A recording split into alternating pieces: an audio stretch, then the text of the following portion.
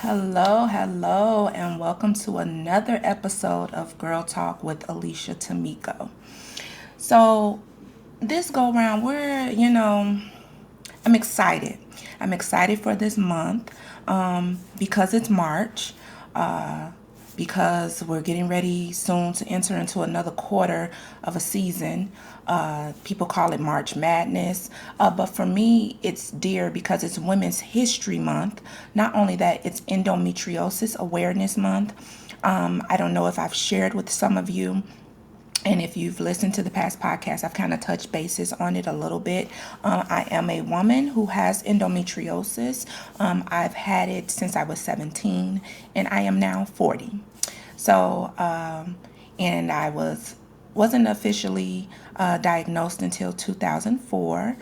So I've had my ups and downs with the ailment, which brings me to the guest that I'm going to have on this podcast. I have some terrific guests lined up talking about endometriosis. She's an advocate for the ailment, amazing woman. And that's coming up. Also, I have an author, a publisher who's lined up to celebrate Women's History Month. I have a mother of five who's had her fair share of adversity in her life. So we'll be speaking with her. So we have some great things lined up for the month of March, and I am so excited. They'll be rolling out every Tuesday. So I hope you guys are just excited as I am. But I want to touch a little bit on it being March Madness. I want to touch a little bit about your inner woman and your inner person. In case we have some gentlemen out there that are listening to this podcast. And I came about this because I found it very difficult to rest, to allow myself to experience relaxation, to listen to my heart, listen to my body, and it was very, very difficult for me. I've had my fair share of things going on, just as anyone, maybe some more than others, and that's perfectly fine. I'm coming to terms with it. I'm learning how to cope. I'm learning to do what's necessary so that I am a better person, a better woman, a better host to you all, and, providing content that is relatable. With that being said, I find myself giving from a place of emptiness. Emptiness because I'm exhausted at times. I'm depleted from giving so much to others. Now, that is my purpose, to give.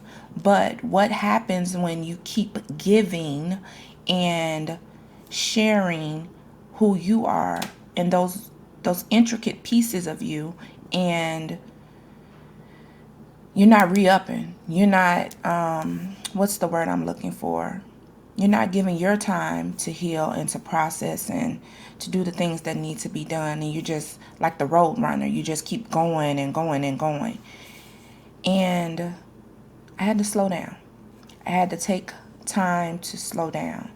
So I've been learning to do that, and it is not easy. It's not easy at all. But I allowed myself to put my phone on Do Not Disturb. I allowed myself to not be on social media. I allowed myself to just rest, in the bed, not move me, no movement, no lights on, no, just TV and my thoughts. And something that I am going to do, I want to be able to express something to someone, but also be able to do it myself. People ask for advice. Sometimes it's freely given, but I need to learn to take my own advice, to rest, to allow myself to process my thoughts, to get in tune with who I am as a woman, as a person. And It felt great, y'all. It felt amazing. I felt rested. I woke up the next day and I felt rejuvenated. I felt like a new woman. I really did. And I challenge you all to do the same. For some people, I kind of talk to some of my friends and family and ask them, is that easy for you, to just rest? And some of them were like, no, our minds are steady moving and going, and there's a million things going through our minds. But that's where meditation comes in. That's where journaling comes in. And I know these things sound redundant, but they actually do help. They do. So you have to allow yourself time to kind of slow down, because we live in a world where it's microwave. We want everything fast. We want everything quick. We want instant gratification. And sometimes we have to allow ourselves to just slow down, allow our thoughts to catch up with where we are, if that makes sense, okay? And I allowed myself to do that. I had so many thoughts and I could not get the answers to them. I did a lot of praying, a lot of meditating, but me cutting myself off from the phone, from social media, allowing myself not to think about anyone else but me and what I needed in that moment, it was the most gratifying thing. So what it's just like having a planner. I have to learn, I'm going to put it on my calendar to make time for me and only me. Not checking up on anyone, not texting to see if anyone is okay, or I could do that any other day. But I need a day solely for me, because I don't want to continue to give myself from an empty place. Because I'm learning that when you do that, you begin to resent that person. You begin to feel guilty about doing for yourself. And that's definitely not what I want to do. Why should I feel guilty about doing for myself, but I don't feel guilty about doing something for someone else or the next person? So allow myself to feel. And that comes from years of abuse, not allowing myself to feel. That's just the reality of it. Being emotionally abused, mentally, not physically, but and I speak on this a lot because I'm just now getting in tune with who I am and learning to listen to what my wants and needs are. And how often do we do that? Why is it so difficult to do so? Why do we give from a place of emptiness? Why? The question just keeps replaying in my mind, and that's because we don't allow ourselves to slow down. We don't allow ourselves to decompress. And then again, like I said, it leaves us to resenting who we are or who we want to be, but also resenting others because they're doing what we should be doing. Yeah, that doesn't add up, does it? But then, as I touched on, I feel like we're mentally trained to do so because of our lifestyle, from raising kids to our jobs to just always being on the go, to the entrepreneurs out there, just trying to build that brand, build that business, and just moving forward. And it's like I'm learning that it's not a race. I'm learning to slow down. And the more that I allow myself to do that, I'm getting more done. Yeah. Because if you think about it, you're steady moving fast and trying to check off your list or whatever, and you're going round and round. Your mind is racing, and there's just so many things that aren't getting done. They aren't. So, this month is about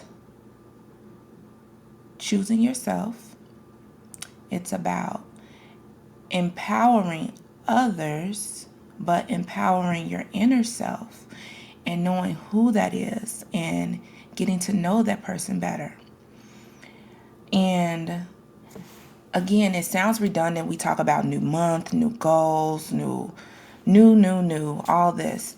But every day is a day to start anew, to learn who you are mentally, to challenge your physical endurance if you're able to do so, to challenge your spiritual inner person, inner woman, inner man. But the overall goal is to challenge yourself to be better, to do better, to want more, to do more, to experience life in its full capacity. But how can we do that if we're not being better to ourselves? Last month I did a plant-based challenge, and it allowed me to. I didn't journal, but it allowed me to get in tune with what I was eating, of course, the good, the bad, and I found myself wanting more of the better stuff, the vegetables, the fruits. And then starting this month, I tried eating meat, and it just doesn't agree with me. What am I saying? That you have to challenge yourself daily to know what your wants and dislikes are, to know what you will and won't accept in your life. You have to challenge yourself daily to elevate, to inspire yourself, to be better than you were yesterday. And the plant-based challenge, it really opened my eyes to what was going into my body and what I was pouring out. I had more mental clarity on the challenge. I felt healthier. My skin was better. And overall, it was a good experience, and I will incorporate it more into my diet lifestyle, shall I say. I don't want to say I'm on a diet, but I will incorporate that into my lifestyle, okay? And I just feel like it was the stepping stone into entering into this month. Because again, allowing myself before this month began to get in tune with me. I have so much clarity, guys. I know what I want from myself. I know what I want from my business, my brand. I know what I bring to the table. I know what I'm bringing to the table. I know who I want to eat at the table, And with doing so, I've began to network with so many different people because I allowed myself to rest. I allowed myself to open up and to be able to receive the abundance that I deserve. So, with that being said, I am excited for this month. I am excited for everything that 2021 has in store for Alecia Tameko. I have I'm getting so much peace, guys, and I am excited about your future. Honestly, I am It's not just about me, but it is about being a better me to be better for you. So I hope that this touches someone, this really resonates with someone, and it allows you to think and open up about the possibilities and getting in tune with yourself and allowing yourself to feel.